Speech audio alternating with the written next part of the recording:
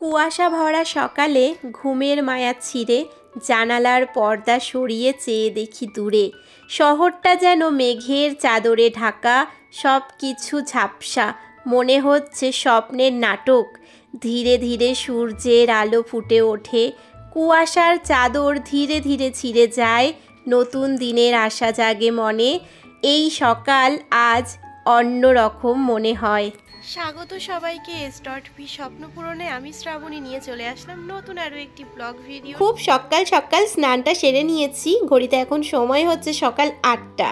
তো স্নান করে ছাদে এসে গাছ থেকে একটা জবা ফুল পেড়ে নিলাম, একটাই ফুটেছিল, শীতে তো জবা ফুল খুব একটা ফোটে না, তো যাই হোক, তো ফুলটাকে তুলে এনে আমার রাধা গোবিন্দর চরণে দিয়ে দিলাম। আর তারপর দেখতেই পাচ্ছ সুন্দর করে পুজোটা দিয়ে নিয়েছি সকাল সকাল। এখন শীত বলে আমি দিচ্ছি, গরমকালে আবার বাবা নিয়মিত দেবে। তারপর দেখো চলে আসলাম রান্নাঘরে, আর এসেই প্রথমে 1 কাপ চা বানিয়ে খেয়ে নিয়েছি, আর তারপর এখন বেগুনের তরকারি বসিয়ে দিচ্ছি। আর ইতিমধ্যে চলে এসেছে আমাদের বাড়িতে ছোট্ট কুটুম। এই কুটুমটা থাকবে এখন 3 দিন মতো আমাদের বাড়িতে, এই ছোট্ট টিয়া পাখিটা। তো বোন যাবে হচ্ছে তারাপীঠ, তো সেই কারণেই আমার কাছে ওকে রেখে গেল। ভালোই হলো, আমারও সময় কেটে যাবে ওর সাথে বকর বকর করতে করতে, ওরও ভালো লাগবে, আর তোমরাও ব্লগ পাবে, তাই না? তো যাই হোক, চলো, কথা বলতে বলতে রান্নাবান্না তো হয়ে গেল। এই যে বেগুন তেল, এটা হচ্ছে বেগুন তেল, আর এদিকে হচ্ছে কাঁচকলা বাটা খোসা সমেত, আর এদিকে বাটা মাছ দুটো ভেজে রেখেছি, কর্তা আর আমি খাবো, আর এদিকে মাছটাও হয়ে গেছে। তো চলো, টোটাল রান্নাবান্না এই যে সমস্ত কিছু কমপ্লিট। আর এইদিকে বাবা একটুখানি বাজার নিল বাড়ির ওপর থেকে, টমেটো, উচ্ছে, লাউ, কুমড়ো, এইসবই আছে, লেবু।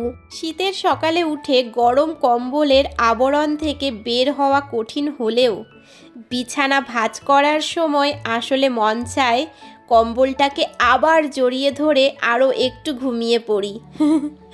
যাই হোক, চলো, এই পাহাড় সমান বিছানাটাকে ভাঁজ করে নেওয়া চারটিখানি কথা নয়। এই শীতের দিনে সকালে বিছানা তোলা কি যে কষ্টকর কাজ। এই আমার মতো তোমরা যারা আছো, প্রতিদিন নিয়মিত বিছানা করো এবং তোলো, তোমরাই একমাত্র বুঝবে। মিঠু কোথায়? মিঠু, মিঠু, মিঠু, স্বপ্না, ও মা, তুমি আবার কামু কামু করতে আসছো কেন মা? তুমি আমার উপরে এত রাগ কেন সোনা? ও মা, মা, সোনা মা কই? কামু কামু। মিঠু, মিঠু, মিঠু, মিঠু, স্বপ্না কই রে? স্বপ্না, মিঠু কোথায়? এই মিঠু, মিঠু, স্বপ্নাকে ডাকো। স্বপ্না, মিঠু কোথায়? স্বপ্না, ও মা, স্বপ্নাকে ডাকো। তুমি আমার কামু করছো কেন মা? আমি তো তুমি আদর করছি, আদর করে দি। তুমি রাগ করছো কেন বাবা? কি আছে? মিঠু, মিঠু কোথায়? এই তো মিঠু, মিঠু, মিঠু, ও মা, মা, একটু স্বপ্নাকে ডাকো তো। স্বপ্না, একটু স্বপ্নাকে ডাকো। স্বপ্না, আর একটু সোনাকে ডাকো। সোনা, সোনা, তুই আগে সোনা বল। সোনা, সোনা, মিঠু, আমার সোনা মা, আমার সোনা মা, তুমি রাগ করছো কেন বাবা? তুমি আমার কামু কামু করবে। মিঠু কোথায়? এই তো মিঠু, মিঠু, একটু খেতে দিতে বলো তো। স্বপ্নাকে খেতে দিতে বলো। স্বপ্না, আমায় খেতে দে। স্বপ্না, আমায় খেতে দে, বলো বলো বলো।